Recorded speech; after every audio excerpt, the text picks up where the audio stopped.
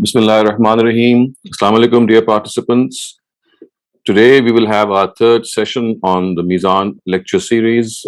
So you would be remembering that we had started the series on the series is based on the book authored by Ustaz Javed Ahmed Ghamidi, and we had also gone through two sessions earlier on. The sessions and the lectures are not in the same sequence as the book itself. So today's lecture, which is related to oaths and their atonement, is actually the last chapter of the book. However, once all of the lectures have been given, the whole series will be arranged in the sequence of the book itself. So today we will speak about oaths and their atonement. We all know that the emphasis which Islam and, in fact, religion lays on fulfilling our oaths. Once a person gives his word or her word, it is incumbent upon him or her to fulfill that word. It is not only our moral duty, but also our social responsibility that we always fulfill our promises, abide by our words. And of course, there could be situations in which we might not be able, because of some exceptional or some compelling circumstances, to fulfill our oath, which in case, of course, would entail certain exceptions. But you can see the amount of stress and emphasis which Quran has laid on fulfilling an oath is something that we must always keep in mind. So just to keep you, just to present before you one of the verses of the Quran which tells us that how important it is to fulfill an oath. So this is Surah number 16, verse 91, that is appearing on your screens. So the words are, وَأَوْفُوا بِعَهْدِ اللَّهِ إِذَا أَعْهَدتُّمْ. So the first thing is fulfill the covenant of Allah, fulfill the promise with Allah when you have entered into it. So you see the words إِذَا أَعْهَدتُّمْ, they actually emphasize the fact that, well, in the first instance, people must realize that they are entering in a very important arrangement, and that is that they are making a promise with God. So either they don't make it, but if they make it, then as the Quran says, وَأَوْفُوا بِعَهْدِ اللَّهِ, you fulfill your covenant, you fulfill your promise with God when you have entered into it. وَلَا تَنْقُضُوا الْإِيمَانَ أَيْمَانَ بَعْدَ تَوْكِيدِهَا, and break not your oaths after you have confirmed them. So وَلَا تَنْقُضُوا الْأَيْمَانَ بَعْدَ تَوْكِيدِهَا وَقَدْ جَعَلْتُمُ اللَّهَ عَلَيْكُمْ كَفِيلًا. Indeed, you have made Allah your witness over yourselves. So this is the essence of the oath, because when you are bearing an oath, when you are swearing an oath, then you are actually presenting God as a witness to the fulfillment of your word, which is then very important that keep by it and abide by it. And then it says, "Inna Allah ya'lamu ma taf'alun." Indeed, God knows all that you do. So if there is some exceptional situation in which a person might not be able to fulfill his oath, he or she must, of course, then go in a way that there are certain things which the Sharia stipulates, certain exceptions which are given to the Sharia by the Sharia in this regard. And these exceptions, of course, are always at times common sense exceptions. A person might have fulfilled or might have sworn an oath. He might have said something that he would do or she would do, and then realize that this is something of an impossibility, or maybe some very, very important or legitimate grounds have come about on the basis of which this fulfillment cannot be made. So the Quran says that once you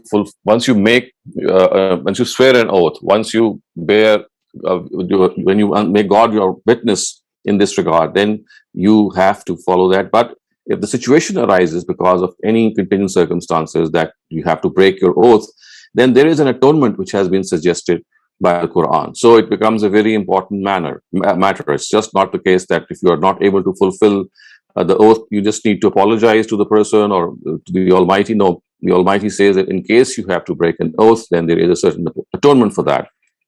So the Quranic directive in this regard is now being displayed before you. This is verse 89 and Surah number 5. This tells you how the Almighty has conveyed His intent that if there is any sort of breach in this matter, then how this breach must be tackled. So the words are لا يؤاخذكم الله باللغو في أيمانكم ولكن يؤاخذكم بما عقدتم الأيمان فكفارته إطعام عشرة مساكين من أوسط ما تطعمون أهليكم أو كسوتهم أو تحرير رقبة فمن لم يجد فصيام ثلاثة أيام ذلك كفارة أيمانكم إذا حلفتم واحفظوا أيمانكم كذلك يبين الله لكم آياته لعلكم تشكرون. Allah will not hold you accountable for your inadvertent oaths, but He will definitely hold you accountable for oaths you swear with solemn intention. So, if such an oath is broken, its atonement is feeding of 10 needy persons of a standard with which you normally feed your own families. So, this is the first thing. Or the clothing of 10 needy people, or the liberation of one slave. But whosoever cannot afford these should fast for 3 days. This is the atonement for the oaths when you have sworn, and be true to that which has been sworn. Thus, Allah explains to you His verses that you may be grateful. So, you see, the first thing that has to be understood, which is very clear, that God will not take us to task for things or for oaths that have been sworn inadvertently.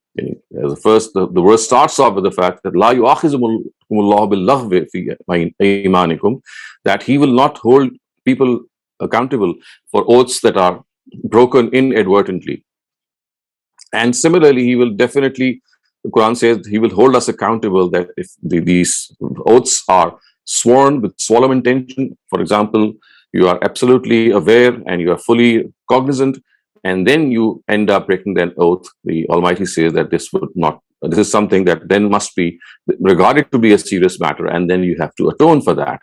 But as far as inadvertent oaths are concerned, God says that you will not be held accountable for that. So you can see that as far as the atonement is concerned, it can be broken up. And the first atonement is that you have to feed 10 needy people. So any 10 needy people that a person is required to feed is a task that is at hand.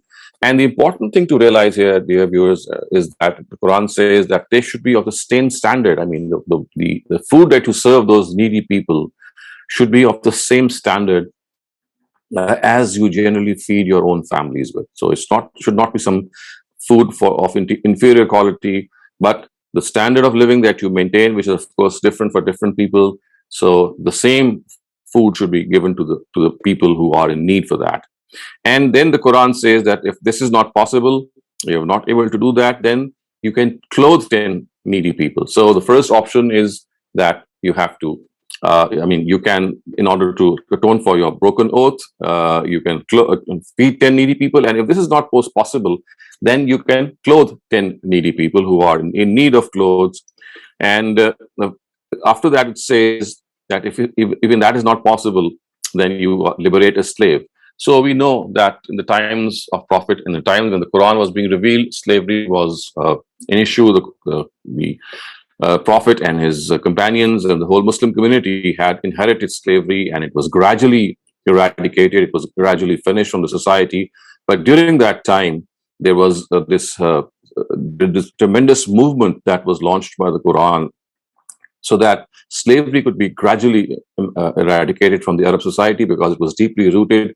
And amongst the various measures it did adopt was that it actually appealed to people that they should liberate slaves themselves as much as they can. And one of the measures that in this regard was that if they commit a sin, if they commit some wrongdoing, then they should liberate a slave. We have this liberation of slaves in other wrongdoings as well. But here we find the Quran telling us that if a person is not able to feed or to clothe 10 needy people, then the third option that he has is that he can liberate a slave. Today, of course, we don't have this option because slavery was abolished by the Quran earlier on, although it persisted even later due to reasons that will be discussed, inshallah, when we will be discussing slavery in this series. But today, by analogy, we can make use of this concession by, for example, freeing people who might be needing some money to get them liberated from jails, maybe, or they are imprisoned, and the only thing that is needed is money for their bail. So money can be used in this manner under this head as well. And then the Quran goes on and gives a fourth option, and the fourth option is that whosoever cannot afford these should fast for 3 days. Then the fourth option is that even if these three things are not possible, neither are you in a position to feed 10 people, nor are you in a position to clothe them, and neither can you have the option of liberating a slave. Then the fourth option for you is that you fast for 3 days. And the Quran says that this is the atonement for the oaths when you have sworn, and be true to that which you have sworn. So see, this is the important area in which we have to understand that the Quran has given it a very, very important emphasis in this regard. And also, people might have this question in mind that at times they have to exercise the first, or they want to exercise the first option, for example, to feed 10 needy people or to clothe them, and you might not be having people around you, or maybe you have some other option. So, by analogy, what can also be done is that the amount of in currency of what is needed to feed 10 needy people or to clothe them, that could be donated to for the cause of charity, to charitable organizations, or to any other charitable endeavor. So obviously, this was in the case of the Quran, because in the time of the Prophet, the charitable or the charity that was looked up towards most would be to help out individuals. There were no organizations in those times, and needy people needed to be clothed, they needed to be fed. But this again says something that we can calculate. As I said, food which is consumed by 10 people, and similarly the clothes which can be worn by 10 people, and the amount can be then donated. Now, something that I would also now like to present is that Ustaz Javed Ghamidi now has also given us a summary of this law in his Meezan, and he has actually stipulated some points, and he has said that these are important points that must be kept in mind while we are understanding this law. I'm just going to read out that part of this summary from you. So the first thing that he says is that at times an oath is totally absurd, nonsensical, and meaningless. No doubt a believer should refrain from pledging such oaths. However, it is a great favor and blessing of the Almighty that you will not hold people accountable for the fulfillment of such oaths, neither in this world nor in the hereafter. So as the Quran has said, that it will not hold people responsible for what they swear inadvertently, or if they sworn something which is absolutely stupid or silly or absurd, then of course this is something which the Almighty will not hold people accountable to.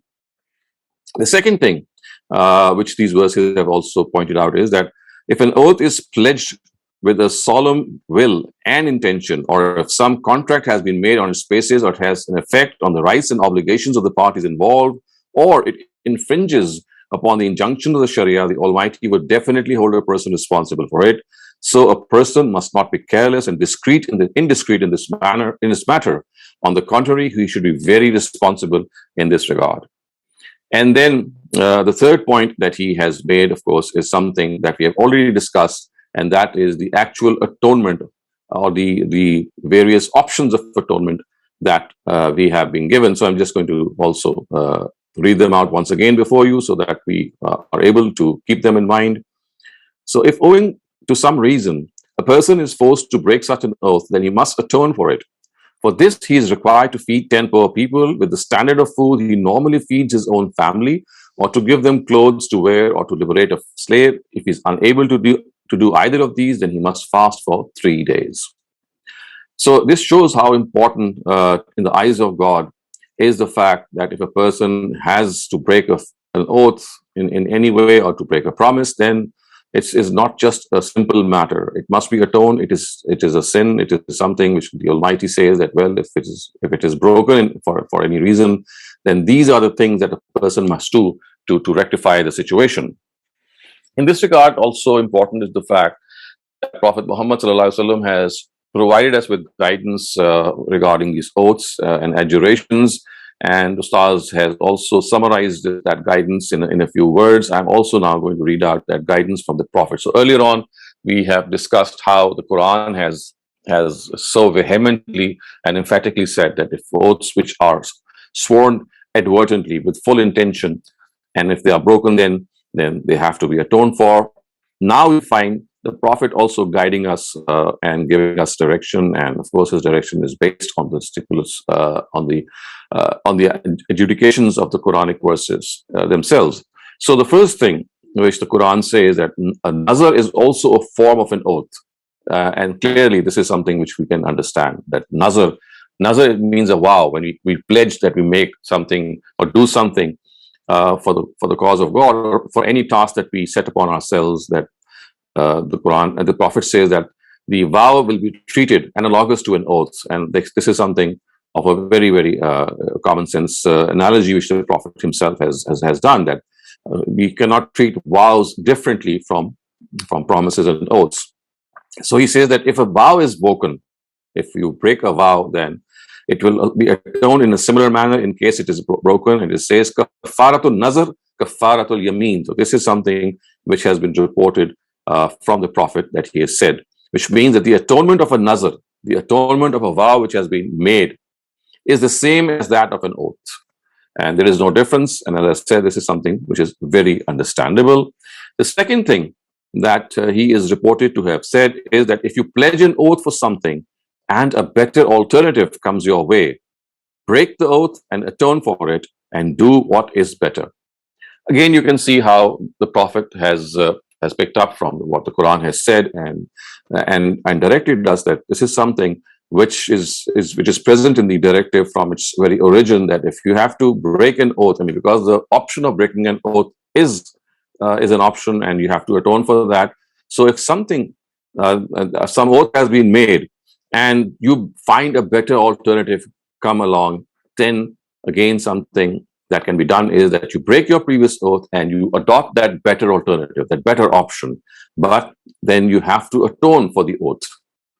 You have to atone for the oath. And as the Prophet is reported to have said, وَقْتِلْ الَّذِي هُوَ خَيْرٌ, then do what is better. So these are options, these are situations that might arise in our own lives, that we have made an oath and we have committed something, and the better alternative comes along, and that alternative, when it is better, of course, the Quran says that the option is such that every person and we ourselves clearly see that this is such a better alternative that we should not be bound by the previous oath and miss this opportunity which might afford itself to us.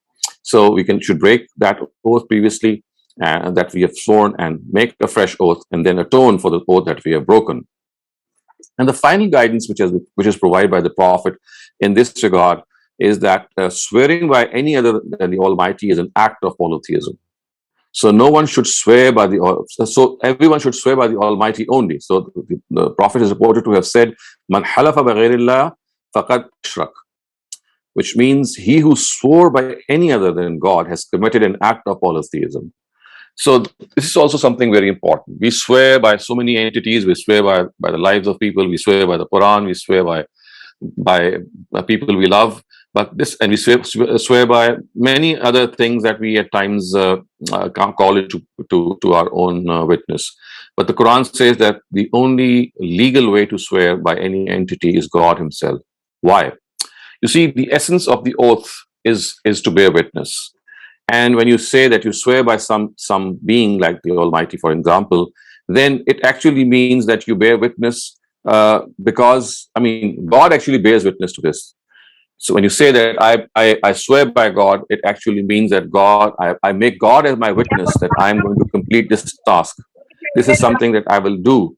So as far as this is concerned, it has to be understood that the essence of an oath is to bear witness. When you say that I swear by something, then that thing is actually your witness to that.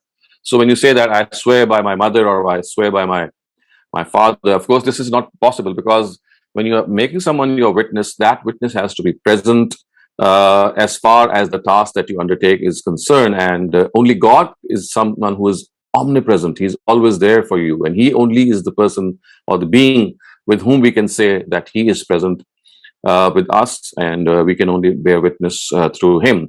And this is something, this is a practice that goes on in our society, and it needs to be checked, that an oath must always be sworn by the Almighty and not by any other entity, because this is something that if you do, then you make that that entity bear witness as if that entity is always present on that oath. And because that if you do that, that will be associating someone with the rights of God, because only God has this right of being omnipresent, to be present everywhere and always be there. Precisely for this reason, the Almighty says, the Prophet says that if one does that, if someone bears an oath by someone other than God, then this is an act of polytheism. This is an act of shirk, and it must not be done. So, viewers, with this, we come to an end to this topic. It was a short topic, and as I mentioned earlier on, that Ustaz Javed Ahmed book, Meezan, is presented in a sequence, and we at the moment are not following that particular sequence of the book. We are following a sequence on some of the other contingencies, but ultimately the lecture series would be arranged in the form of the sequence adopted by Meezan. So since this is the closing part of Meezan, I would like to reiterate, although we have not finished the book, but since this is the last lecture in its, or should be the last lecture of the series is arranged, so it does seem appropriate that once again the principles which he has used or his approach which is based on be once again be refreshed in our minds, so that we are able to once again see that the way that he has written his book is something that we have, of course, studied now, but as far as its understanding is concerned, we will be doing, or in the next step, we will be able to appreciate much more if we once again start comparing his approach and his understanding to other approaches. Then the salient features will be evident to us. So I'm just going to present before you these salient features, that as far as the book of is concerned, and what are these principles. So the first principle is that the author has regarded the Quran to be the Meezan, or the scale, which means that it is the book in which everything has to be weighed. Anything which is against the Quran in any way cannot be accepted. And in this regard, there are things that we have to understand. That first of all, that no variant reading of the Quran will be accepted. There is only just one mutawatir reading, which is called Qiraatul Amma, and that is before us. It is in the form, it is present before us. It is in the living tradition of the Muslims. So the author has made use of this Qiraatul Amma everywhere, and the principle that he has followed as a result of the fact that the Quran is the Meezan, it is the Furqan, that no other reading is deemed to be the Quran. So this is the first corollary of the fact that he has declared vis-a-vis the Quran being regarded as the final authority. So I'm just reading out those corollaries before you, or enumerating those corollaries. The first point of his approach is that the Quran is the final authority. And a subcategory of this would be that no variant reading can be acceptable, because that would be against the principle of regarding the Quran to be the final authority. The next thing that he has mentioned is that as far as the muhkam and the mutashabih verses of the Quran are concerned, they are distinct, and we can easily discern them. People just cannot say that there are certain verses which are muhkam and mutashabih and out of their own whims, because the word mutashabih actually means that these are the verses about which the matters of the Almighty, of the hereafter, and certain other aspects have been presented in the form of a parable or a simile. So these things which are mentioned in the form of tashbih, because of the fact that those things have yet to come into existence, we don't know what's going to happen the hereafter in the exact sense. But the language which is that we use, there are certain words have been used so that we are able to at least have some idea of what the Almighty implies when certain events are reported to happen in the hereafter. So at times those events are portrayed in the language that we understand, and these are the verses that are called mutashabih, and therefore they are absolutely distinct, and no one can say that this is a matter which is left to his own discretion or to his own whims, and as a result people can end up regarding to be any verse which is muhkam, any verse to be mutashabih, or any verse to be a muhkam verse. No, the mutashabihat are verses which are absolutely certain. We can determine them. The third thing that he has mentioned, which again is a corollary of the first principle. So remember, we are discussing the first principle of his approach, and that is that the Quran is the scale, it is the Meezan, it is the final authority. So the third aspect of this is the Quran is univocal book, is a univocal book that conveys its meaning with absolute clarity, and there is no ambiguity in them. The intentionality of its text is certain and unmistakable. Its words convey what they stand for with full certainty. Difference in its interpretations have arisen not because of any defect in the language, but because of the fact that human beings at times do not concentrate fully, and there could be a lack of reflection and deliberation in them.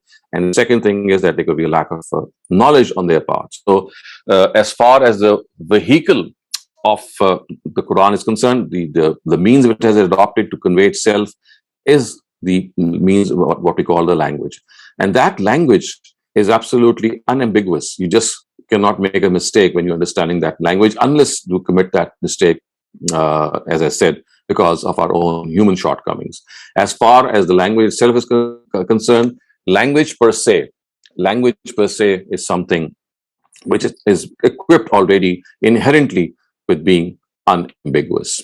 And the fourth thing which the author has stated as a corollary to the approach of the Quran is the book of God. It is the final book of God, and it's the scale and the authority, the Meezan. And that is that the Hadith is a historical record of its prophetic teaching, of the prophet's teachings. And the Hadith can in no way modify or change the scope of any Quranic verse. And as far as the Quran is concerned, it has to be, it cannot be interpreted in the light of the Hadith. So this is an important principle or an important corollary. However, a Hadith has to be interpreted in the light of the Quran. So generally, it is the other way around. But the approach which the author has offered here with regard to a corollary of the first point is that the Quran has to be interpreted directly from its text, from its linguistic aspects, from its context, from its parallels, and from the various instruments that we call now the instruments of appreciating a language. And as far as outside or extraneous content is concerned, which includes hadiths, asar, and historical narratives, they can only be accepted if they are in line with this understanding which the Quran conveys. So this is the first principle which the author has adopted, and you can see how far he has been able to be successful in adopting this principle. As I said, is a question that every reader can decide for himself or herself. The second thing which the author has adopted while he has written this book is that the Sunnah is an independent source of religion. So just as the Quran is an independent source of religion, the Sunnah is an important source of religion. It is distinct from Hadith. So generally, these two terms are confused. They are regarded to be equal, but you can clearly see that the people, as far as they've gone through his book, that these are two independent sources of the Quran. In fact, the Sunnah precedes the Quran. It is something which was set in practice by Prophet Abraham himself. Yes, at times a Hadith has some record of the Sunnah, but they are two entirely different things. And as far as the Sunnah is concerned, it was initiated by the Prophet himself, and he asked his companions to transmit it through their practical perpetuation. But as far as the Hadith is concerned, the Hadith actually came into being, or the corpus of Hadith actually came into being at the initiative of the companions. It was they who thought that, well, they have learned something valuable from the mouth of the Prophet, and it has to be transmitted to other people as well, and they started doing so. And it was transmitted to us in the form of isolate reports. So therefore, as far as Hadith is concerned, it is something that will always be needed to be judged against the guidance provided by the Quran, by the Sunnah, by the precepts of sense and reason, and by the knowledge derived from history as well. From the certitude which is given to us in this regard has to be understood, that it is the Sunnah which is as certain in its purport as the Quran itself. But Hadith is distinct. It's something which is very distinct from these two sources. And we have seen how the author has gone through. I mean, he's adopted this principle in his approach while writing this book. The third important statute, which you can see from the author's approach, is that the Sharia portion of the book has been entirely cleansed from fiqh. You don't find any fiqh or anything which is which is not the Sharia. The Sharia, of course, here refers to the law which is revealed by the Almighty Himself, and the fiqh is at times the understanding and the analogy which the jurists and interpreters of the Quran have understood, or they actually add to that understanding. So all laws which are revealed by the Almighty, they can be termed as the Sharia, and laws which have been enacted by human beings from the understanding of Sharia are found in the fiqh. So in this book, you have found that the Quran and that the Sharia and the fiqh are now two separate entities. And as far as the Sharia is concerned, it is based on the author's understanding of these divine laws. And as far as the specific circumstances in which these laws are interpreted, and there are areas in which this interpretation has to be made, and that is why, and those instances are ones in which you will find that the Sharia is at times silent, and you need to exercise your own judgment in finding out the purport of the Sharia. So this is another important area, that you will not find the Sharia and the fiqh side by side in this book. It is primarily a book which is based on the understanding of the Sharia, which is one part of the components of Islam, as we have already discussed. The fourth important thing which the author has followed while writing this book is the fact that he has separated the Sunnatullah from the Sharia. So we have discussed that there are certain things which the Almighty Himself these things are peculiar to the Almighty, and only He has the prerogative to conduct those things, and they have been termed as a Sunnatullah, or the practices and the dealings of the Prophet, of God.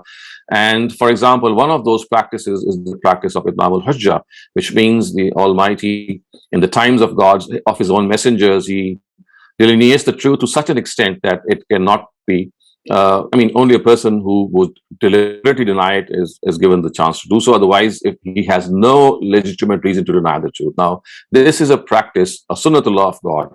And you have seen in how the author has separated the Sunnatullah from the Sharia, because the Sunnatullah is something which only God has the authority. He Himself has the prerogative, and no other person has the prerogative. So as a further example, I can explain that the law of Itmam al-Hujjah, as a result of that, which we have discussed, it shows that the punishments of polytheism, the punishments of apostasy, the punishments of disbelief, these are the punishments which only God has the authority to give, and these are corollaries of His Sunnatullah, of His practice.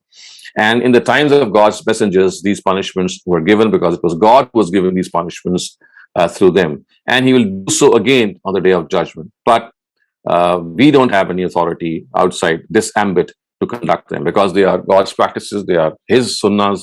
He does them either directly or through His messengers only, not through any other person. So we see how the author has dealt with this issue as well. The fifth important aspect of this book is that the categorization of the Quran regarding the contents is also something that he has held on dearly to, and that is that he has divided religion into two components, that is Sharia and Hikmah. And this is in line with the Quran itself, which how the Quran says, يُعَلِّمُهُمُ الْكِتَابَ وَالْحِكْمَةِ, that the Prophet would convey to people the Sharia and the Hikmah. Al-Kitab is also a word for the Sharia. It's a synonym for the word. So he has divided his book into these two broad categories. One is Sharia and the other is Al-Hikmah. The Sharia, of course, deals with divine laws, and the Hikmah it deals with the tenets of faith and also with morality. So as you can see from the book itself, that the scheme of the book is that it is divided into these two components. And finally, the thing that I would like to say is that his overall approach is text-based. It is something which is primarily dependent on the text and of transmission of that text to us. So each section of a chapter of this book begins with a verse of the Quran. So this is something that you will also see in the book, that whenever he has charted his course in discussing a particular chapter of the Quran, for example, if he discusses the Sharia of economics, or the Sharia of preaching, or the Sharia of jihad, it will be divided into sections, and each of those sections will begin with the Quranic guidance or guidance from the Quran itself. And as a result, the whole book would be arranged in a form that the text of the Quran will hold precedence over everything. And of course, this is the corollary also of the fact that the Quran is the book which is the scale, which is the Meezan, and it is a book through which all the discussions of religion should be initiated. So I can see that this is how the author has presented his approach, his interpretative approach, and so it does seem appropriate to revise this approach every now and then, especially in the last chapter of this book, so that once we have finished the book, we are able now to understand that when we have what we have before us is the product of this particular approach. Of course, no approach is fault-free. The application of approach at times has its own problems. Human error always creeps in and can creep in, and therefore this book basically is his understanding of the contents of Islam, keeping in view these principles. They can be critically evaluated, they can be critically revisited, but it is appropriate that we know at least that these are the principles that he has followed. So today I will end my talk here, and inshallah in our next sessions we will take some of the other topics that occur in this book, and I'm now available for any questions that you might have. Thank you very much, Dr. Saleem. We'll start off with only topic-related questions. So if you have questions that are not related to today's topic, please lower your hand for now, and then we'll come to those if we have time, inshallah. I'll start off with the first question, that is, how is a vow different from a contract? It is not different. I mean, basically, it is, in essence, it is the same, because you have made a commitment. In the vow, the commitment is made with God, and in the contract, the commitment is made with the person. So basically, the essence is the same. The only thing is the nature, which is different. When you make a vow, you talk to God, you speak to Him, you say that, well, if such and such a thing is accomplished, then I, as a result, would in return do such and such a charitable act. Although this is something which the Sahaba never, I mean, they were not encouraged to do. The Prophet himself hardly did this. But because making vows is something that was present in the Arabian society, so therefore the Prophet has made this clear that if you break a vow, then it is the same as breaking your contract. But the only thing is that you make a vow with God, and the contract is made with the human being, between human beings. The reason I was confused was because, for example, marriage is a contract, but you don't have to do any of those making up actions if you're getting a divorce. So that was my only reason. Yeah, actually, you see, the marriage is a contract. I mean, marriage is the contract in the sense that you make a commitment for that. But for that particular contract, you have been told how, if you have to break that contract, if you have to come out the contract, then this is how you have to come out of the contract. And the divorce, the method of divorce is that methodology. I mean, the way you have to conduct that divorce is the methodology. So although it's a contract, but it's a social contract in which both the parties are given the leverage or given the choice to come out of that contract. So you see, when you make contracts, some contracts are ones in which there is no chance of breaking those contracts, and if you break them, you must atone for them. But there are certain other contracts in which the stipulation or this exception is always present, that either of the two parties or one of the two parties can break that contract, but if it does so, then this is the procedure that has been adopted. So in the case of divorce, this has been already been laid out, that if you would like, you have the option of coming out of this contract, and if you would like to do this, then this is how a husband should go about doing it, and this is how a wife should go about doing it. Thank you very much, Dr. Saleem. We have a couple more chat questions that I'll get to after the raised hand. So Isabel Aisha, please go ahead. Thank you. Okay, my question is regarding the fact that you said that Ghamidi Sahabi encourages that we should take guidance from the Quran and its narrative. But usually when I'm reading some different books, so what scholars are doing, they take the verse from between the Quran and they put it in any topic without its background, although it has no connection to that specific background. So in their verse, they're taking the guidance from the Quran. So what is the ruling in such matters? Because it doesn't sound quite fair. The ruling is something that we've just discussed earlier on, that, I mean, you just cannot interpret a book let alone the Quran, out of its context. So if you are going to make the Quran as a basis of your deduction, you must realize that this deduction must be based on the fact that the words that you are interpreting always occurs in a particular context, and a background and an occasion. And if you disregard that context and occasion, what would happen is that you would be misunderstanding, or there would be a very strong chance of misunderstanding the words of the Quran. So because our scholars generally do not follow this contextual approach, they don't see the context. And the reason for not seeing the context is that in their view, the Quran has to be interpreted separately, and every verse should be interpreted through a hadith. So typically what they would, or asar of a sahabi. So what they would do is that whenever they would take one verse or maybe a group of verses, they will say that, well, we have these which tells us that this group of verses or this particular verse means so and so or such and such. So this is an interpretive approach which they have adopted. And I have discussed this approach elsewhere in detail in a series that I've just finished maybe some months ago, and shown that how this approach has been detrimental to the understanding of the Quran, because the Quran is in a context. If you start interpreting separately, each verse independently without giving due regard to the context, more often than not, you will end up not properly interpreting the verse. Thank you very much, Dr. Saleem. Abdullah Zishan, you're up next. Please go ahead.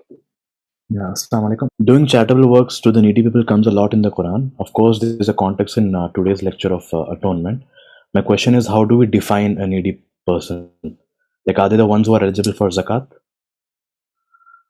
This is something which is always subjective to a person's own discretion. When I say that such a person is in need, you don't need to have a standard for that definition, because needs could vary, people can vary, societies can vary. But as far as your own understanding is concerned, you should know that, well, what are you doing? What you're doing is that you're not helping a person who's already has all those needs fulfilled. You're helping a person who's in need of some of those basic necessities of life. So basically, when you say that a person is in need, we generally speak of the fact that the basic necessities of life is something that he is not able to arrange for himself or herself. This is a bottom line, I would say, that you need to follow. But other than that, there could be situations in which maybe, for example, even some basic needs are being met, but a person is still in a spot of bother. So that would account for those specific circumstances in which you can make a decision and take a decision yourself. But to have a reference point, you can say that these are the basic needs of a person. For example, food, clothing, shelter, health, education. Generally, these are the 5 needs which every person needs, and this is the bare minimum which every person, if he's lacking in them, then he can be called a needy person. But there could be situations when he has all these 5 things, and there could be some other need or some other pressing need. It could be emotional, it could be psychological, it could be over and above his resources. Even that could be classified. So I've just given you a general idea, starting off with this basic definition, but it can be expanded. And again, as I said, the bottom line here is your own subjective decision, that you see that a person is in need, and you take that decision. So it's not that it's always the fact that you see that, well, since a person is eligible for zakat, so therefore he can be regarded as a needy person. At times, even after his needs are, so to speak, those needs are met, you still see that there could be a chance of helping that person.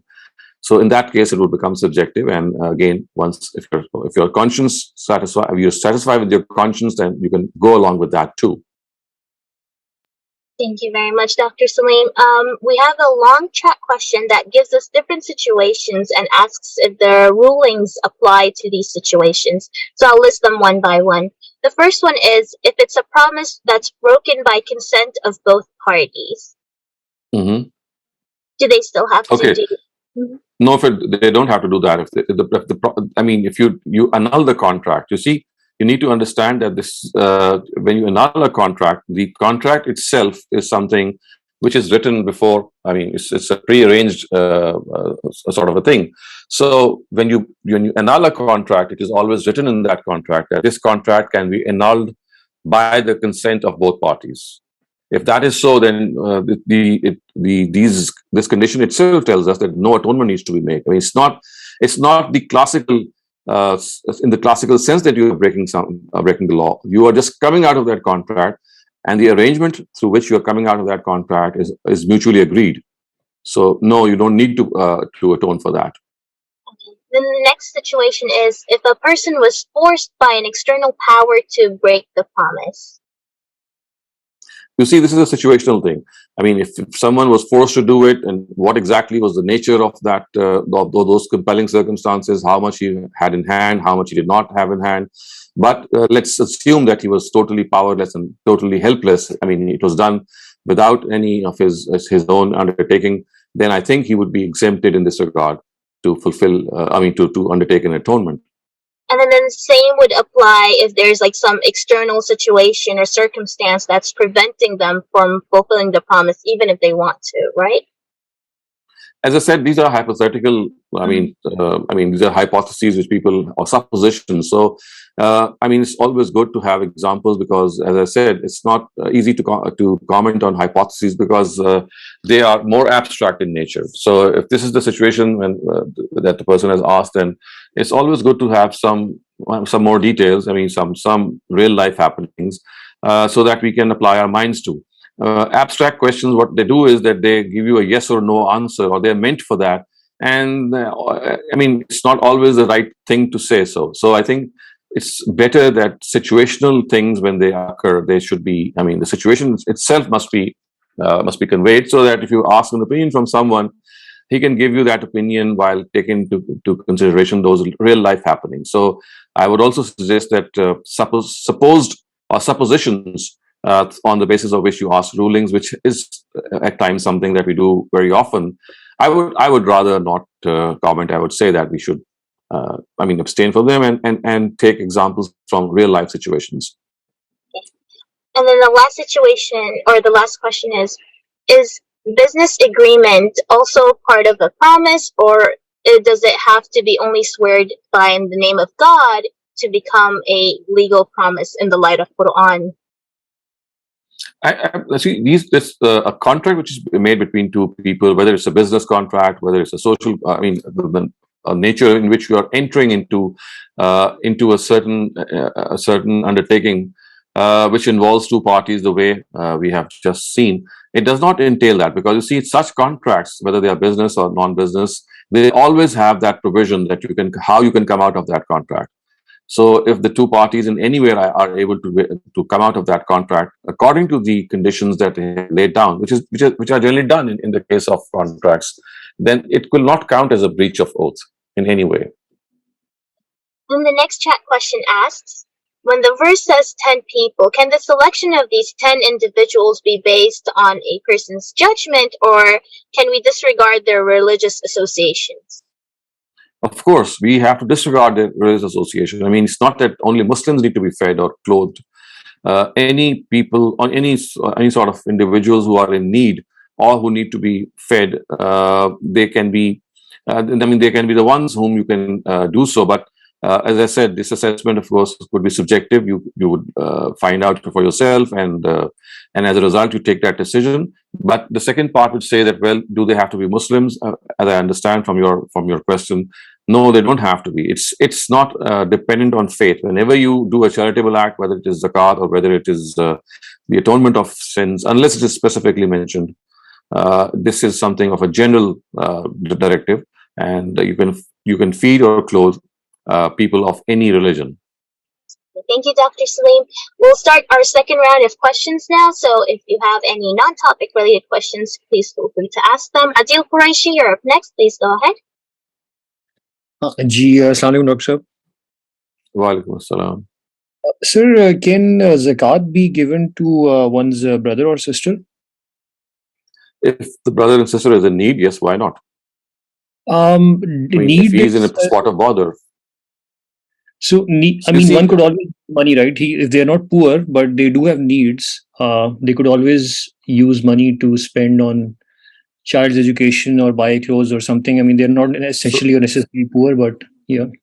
Yes, as I said, as far as you're spending on those basic necessities, that's the bottom line that you can always go by.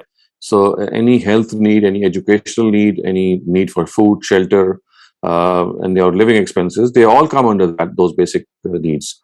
And so even if it's an educational need, it could be a higher education that your brother's children maybe, or maybe he himself would need. Even that would be counted as a need, accounted for as a need. Right, so thank you. And it's a very basic, quick question, a practical question. If I've started praying, I was praying first Salah, and then the person next to me and his colleague started praying the same first Salah as Jama'ah. So he started becoming an Imam, and the other guy became his Muqtadi. While I'm in the middle of the prayer, should I break my first prayer and try to join that Jamaat, or should I continue? Well, that's the option that you have. I mean, if you think that there is a Jamaat going on and you might join it, well, you can break your own prayer and join it. And there could be instances and circumstances maybe in which you are in a hurry or you need to finish your prayer first, and you can always complete your prayer. So it's not a hard and fast rule that you have to definitely join a Jamaat. Yes, it is highly recommended, and if you are able to do so, this is the right path. But as I said, there could be exceptions. Thank you, sir. Our next question is from Abdullah Zishan. Please go ahead. Thank you. Dr. Saab, just to follow up on the previous things you've mentioned, key needs can be psychological and emotional, right? So is there room for helping people in those spaces instead of by food or clothes? Like, for example, can you cite an example? Like, for example, like emotional psychological needs में normally counseling की ज़रूरत होती है. So if I found 5 people, it's like a doctor. I mean, if you are helping a person for counseling, for example, you're paying the fees of a doctor, so that comes under health. And health is something which is psychological, it is physical, it relates to all parts of the body. So mental health is equally, it's equally one's right to have that. In all cases being provided for. Okay, so वो जो money का जो part है उसमें वो शामिल हो जाएगा क्या? Like atonement में जो बात थी. Mental health. I mean, you see, if you're talking about health, psychological health, so just as you would maybe help a person if he is undergoing an operation or a surgery, and he or she would not have the means to do so, you can go out and help him. In a very similar way, if someone is in need of mental health, for the rehabilitation of his mental health, to go to a psychologist or a psychiatrist or any similar person, if you provide for that fee of the doctor or any other expense that related to his disease, it would also count in the same sense. Okay, I have one last question on this on today's topic, which is an oath or a vow a personal thing, or can we do it in a public setup? If it does have a public theme, will there be like some sort of extra atonements in case we break them? It doesn't matter whether you do it in private or in public. You have made a commitment. So that commitment is something that has to be fulfilled. So whether you have done so in the presence of people, whether you have done so alone, the sense is the same. The essence is the same, that you have given your word. And if you have given your word, then as I said, that only in instances, as the Quran has said, that if a better option comes along, and if you have to break that oath, then you atone for that oath and you adopt that better option. But breaking that oath, breaking an oath in all circumstances, whether it's a promise, it's a word given, has to be undertaken.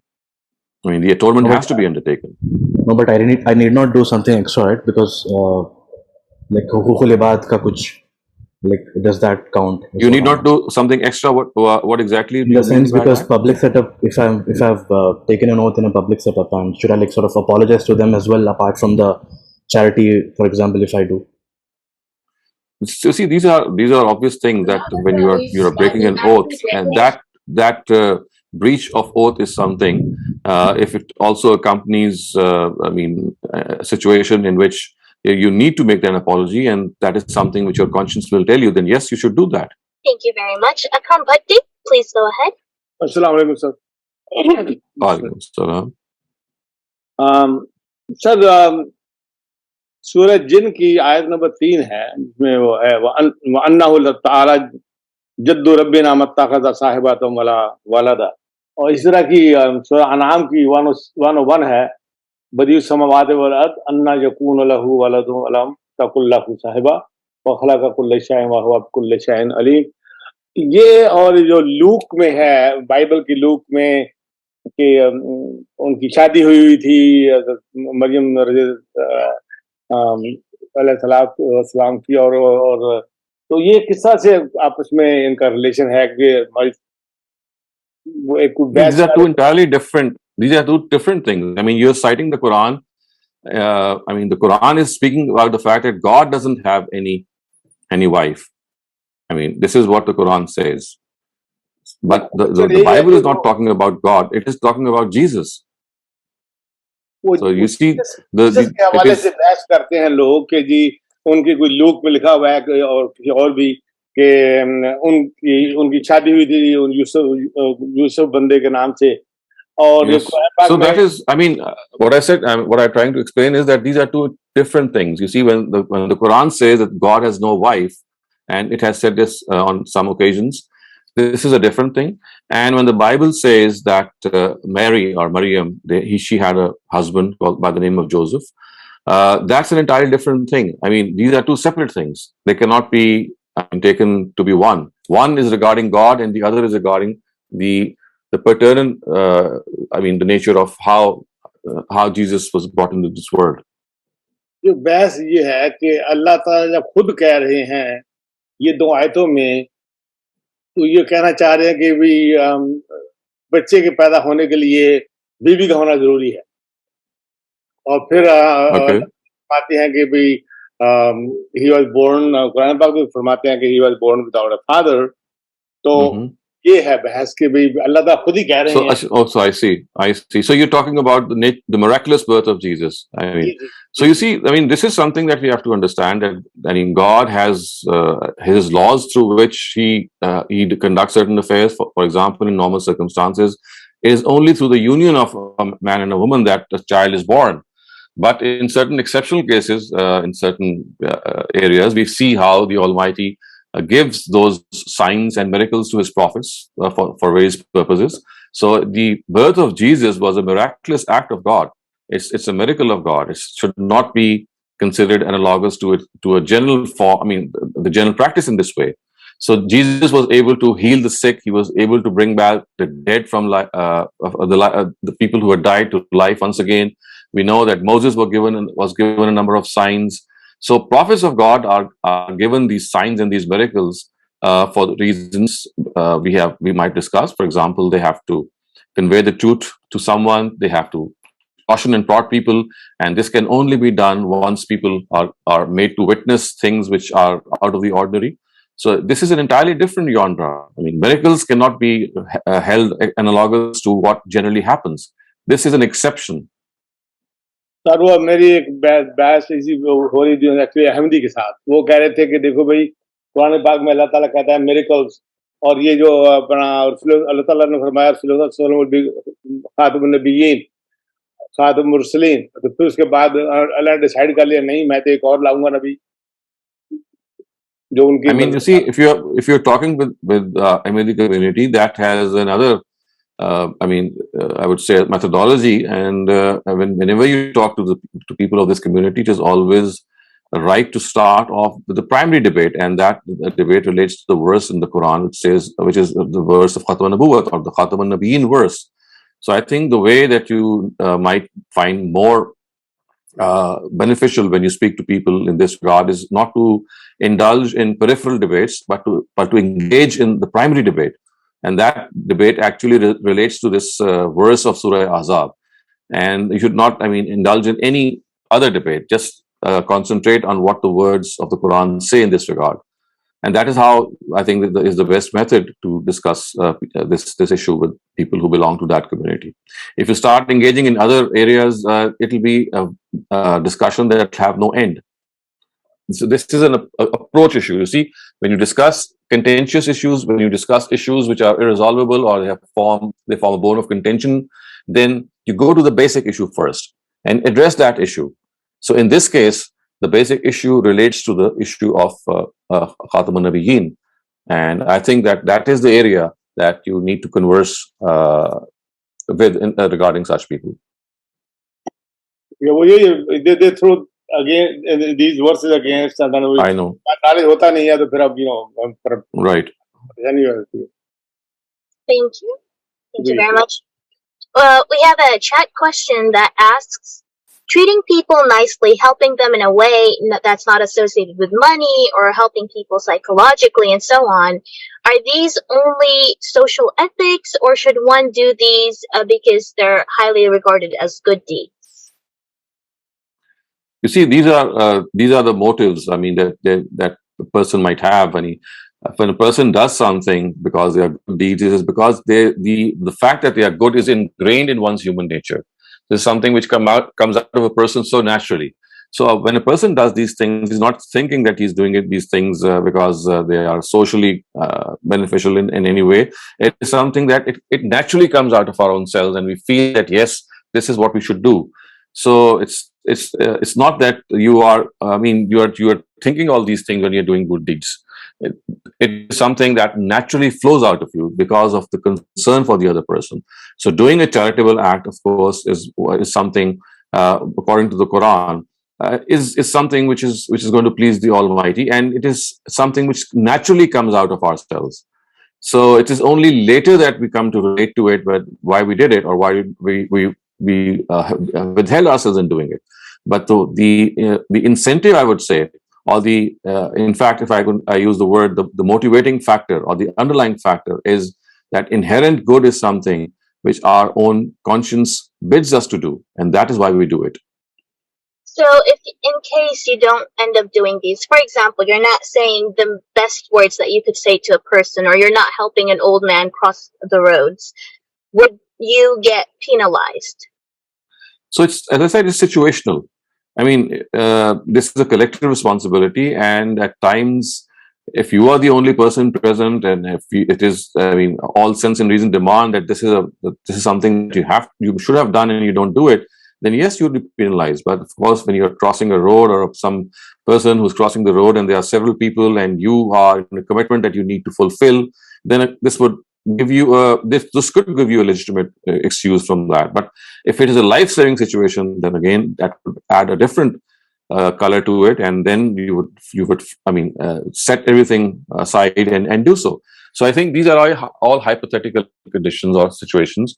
In real time situations, you will only get penalized if you had all the you had all the opportunity as well as the right time to do so, and you still desisted from doing that. That would perhaps account for being penalized. Other than that, because it's a collective responsibility, or such things are collective responsibilities, so as long as the society is taking care of them, it's not a single individual. I mean, you just cannot hold one single individual responsible for such things. It's like a collectivity that should behave in this way. Thank you, Dr. Saleem. Noshad Shafkat, you're up ahead. Please go. Assalamu alaikum, Doctor. Doctor, I was just wondering if you could throw some light on the fact that how did it come about that the Hadith is given more importance than the Quran, in the sense that the Quran will be interpreted only in the light of the Hadith, although one is a divine scripture and the other is reports by common men, as it is. How did it come about? Because this is really a bit of a confusing thing. I think it's confusing for us 14 centuries later, because we are standing far apart from the personality of the Prophet. Consider yourself, let's say, about 100 years or 200 years apart from the Prophet. The weight of his personality and the sheer fact that you know that, well, a certain Quranic verse was interpreted by the Prophet in this way is reason enough to grip a person, and he would say, well, I'm not going to use my own sense, and if I have found that the Prophet has said something, I'll just follow it. So you see, this is how the impact that the personality of the Prophet had on people, that they just started to think that, well, if they have something from him, then why don't we just go and implement that? So they perhaps did not realize that had we really had something as indubitable as we can think about regarding the Quranic interpretation, definitely we would have adopted that. But the fact is that this interpretation of the Prophet has reached us in a dubious way. We just cannot know that whether the Prophet really said that. And apart from that, I think in one of the courses I taught, I also explained that a very, very large part of these Quranic verse has not been explained by the Prophet at all. In fact, not even the Sahaba have explained that. It is mostly the Tabaeen or the third generation after the Prophet, which has done so. And people think that because the Tabaeen would have learned it from the Sahaba and the Sahaba would have learned it from the Prophet, that they almost give the same status to the Tabaeen as if the Prophet would have understood convey that to them. So basically, it's the impact of Prophet's personality, and also not realizing that although this impact is huge, but the way that this impact has transmitted or transferred itself into history is that it cannot accord certitude to his interpretation. This aspect was somehow ignored, and because of Sir, this I'm genre of talking about tafsir. today's madrasas. So you see that today's madrasas are just following the things that have already been done 1,000 years ago. So they're doing nothing new. So you see, these rules were formulated a millennium ago almost, and our education system is geared towards that. So it's something that is following in the footsteps that were demarcated centuries ago. Thank you very much. Fabian Yasi, please go ahead. अस्सलाम वालेकुम professor साहब, हमारे उस्ताद गांधी साहब ने एक अपनी lecture में बताया था कि इबादत सिर्फ अल्लाह की करनी है और अकीदत सिर्फ रसूलुल्लाह से रखनी है। इसके बाद जितने भी उम्मत में उलमा और फुकहा हैं उनकी हम इज्जत और उनसे हम इज्जत का रिश्ता रखेंगे और उनकी कोशिशों से इस्तिफादा किया जाएगा। लेकिन कुछ लोग जो है वो अपने असातिज़ा से भी अकीदत रखते हैं। ये जितने भी रिलीजियस इंस्टीट्यूट्स में जो लोग स्टडी करते हैं वो ये कहते हैं कि असातिज़ा कराम से भी ये रखा जा सकता है रिश्ता अकीदत का। तो आप इस पे उनको जब ये बात बताई जाए तो वो फिर दलील तलब करते हैं कि अकीदत रसूलुल्लाह की ज़ात तक क्यों महदूद कर दी गई है। इसका जवाब दे दें। You see, I mean, this is a human attitude that is, that has to be evaluated. At times, it all depends what you mean by the word Aqidah. I mean, if the word Aqidah means that you respect a person, if you accord full honor to your teacher, this is fine. The only thing is that you just cannot take for granted whatever your teacher says, even if you think that your mind tells you that this is something which is going against the Quran or your own conscience. So it is, if you have respect for your teacher, but whatever he says or she says is something that is not correct to the best of your understanding, so you just cannot present this plea that because I have Aqidat for my teacher, therefore I'm just going to accept whatever he or she says. Aqidat, I think, is something that you should have as far as respect. I mean, the proper way would be that you respect all your teachers, but you have all the authority to differ with your teachers. But from the Prophet, you just don't have the authority. I mean, I'm talking about the practice of the Prophet. So as far as the person of the Prophet is concerned, he is a person from whom we cannot differ with. I mean, if we know that something has come from him in a certain way and we understand it to be so, we don't have a right to differ with him. But in the case of an ordinary human being, we have all the right to differ with that because that is his interpretation or understanding. So if our teacher says something and our own understanding is contrary to what our teacher says and we very respectfully differ with him, it would not go against our own veneration for that teacher. I mean, it's just a thing that it should be acceptable. So Aqidat needs to be understood in its proper perspective. जी उस्ताद, एक और सवाल भी है अगर आप इजाज़त दें तो। ये हिजरत के बाद जब अंसार और महाजरीन के दरमियान अखुवत का रिश्ता कायम किया था रसूलुल्लाह ने, तो अब्दुर्रहमान बिन औफ के हिस्से में जो अंसारी भाई आए थे उन्होंने अपने माल का भी आधा हिस्सा उनको देने की पेशकश कर दी और फिर अपनी 2 बीवियों में से एक बीवी के बारे में भी कहा कि एक आप ले लें। मतलब ये पेशकश की उन्होंने, जिसको उन्होंने बहरहाल कबूल नहीं किया था अब्दुर्रहमान बिन औफ रज़ियल्लाहु अन्हु ने। तो आप इसकी वजाहत कर देंगे कि आया उन्होंने ये इकदाम क्यों किया अपनी बीवियों के बारे में? इस पर एक नक़्द उठा है कि उनकी नज़र में शायद ख़वातीन की इज्जत नहीं थी। आप इस पे रोशनी डाल दें, आया क्या चीज़ उनके पेश नज़र होगी? Let us suppose that this incident, the way you have reported it, is entirely the case. I mean, it is true. I mean, first we need to examine whether this actually took place or not, because historical narratives, they need to be understood and they need to be evaluated. But let us suppose that historicity is not a problem and it is something which is taken for granted. It is true. you see, we need to understand that a lot of things, they are governed by our culture and our society. Something which is culturally acceptable in society could be something which is not culturally acceptable in another society.